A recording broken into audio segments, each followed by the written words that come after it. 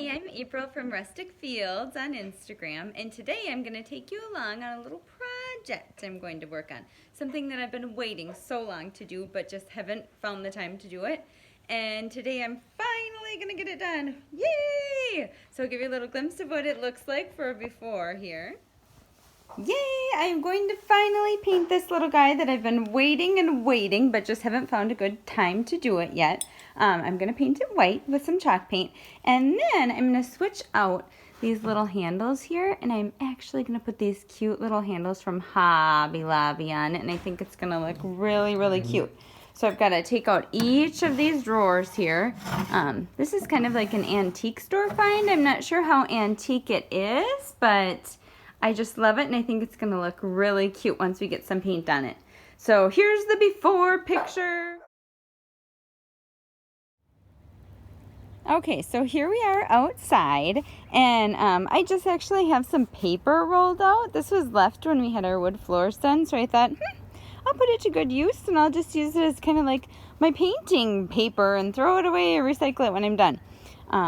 But here is the paint that I like to use, and it's called Oleum chalked paint, and the color is linen white. I absolutely love this paint. It goes on so well, and I've tried others, and I just keep coming back to this one.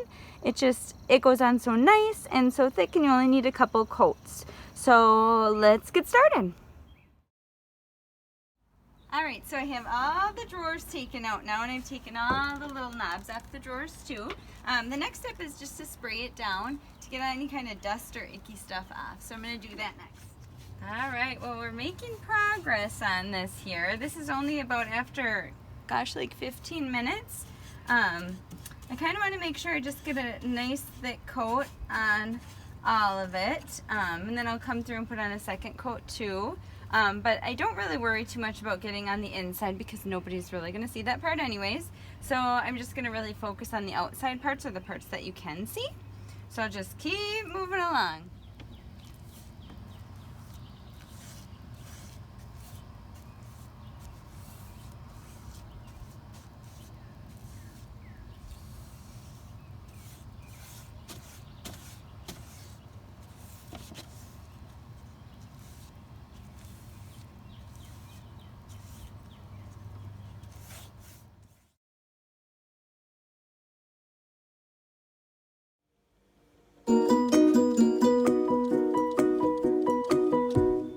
Alright, so we are on to the second coat now. And one thing I love about chalk paint is that it dries so quickly that you can put on your next coat in I don't know, I usually wait about a half an hour. I think you're supposed to wait an hour, but half hour always works good for me. So the second coat is done, and it covered really, really well. Can't even see through this white paint, which is awesome. So next up is to distress. Alright, so distressing is usually kind of one of my favorite parts. You don't have to do it, but I just kind of like the look that it gives, like more of an antique, used, kind of a weathered look. So I just kind of usually like whatever kind of sandpaper I have laying around. This one just happens to be 120 grit. And I just kind of go along the edges where it would like naturally wear. So I'm going to go across the edges here. And I just like a little bit of that wood to show through. I love the character that it brings. So usually mostly do the corners and the edges when I'm distressing. And there's really no rhyme or reason to it too much. I just kind of go where it takes me. So even though this was like a lighter color wood to begin with, it shows through a little bit darker, and it just gives it that special look that I love. It looks like it's been used for a while versus just freshly painted.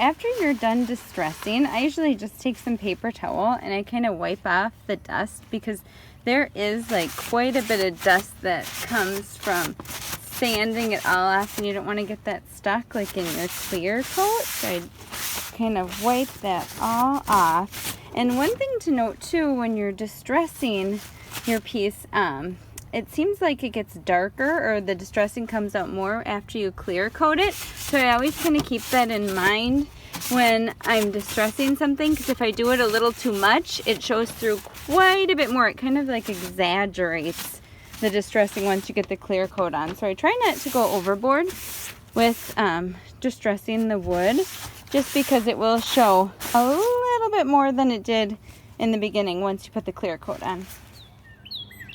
All right, and the last step in finishing this up is using a clear coat. I like to use this polyacrylic. It's a Minwax brand, and it's called Clear Matte. And I usually only put like one coat, like a light coat on here, but if it's something that I'm going to be using a lot, sometimes I'll put 2 coats on. But on this piece, I'm just going to do one light coat, like over everything.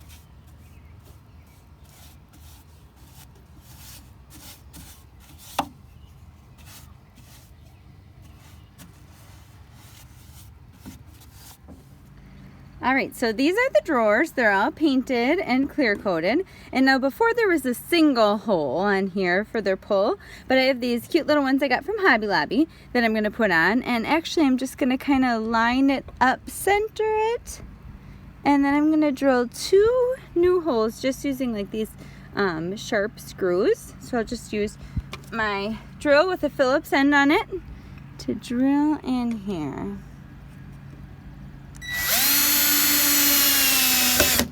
There we go, there's one. It kind of turned on me just a bit. There we go, and I'll get the other one in.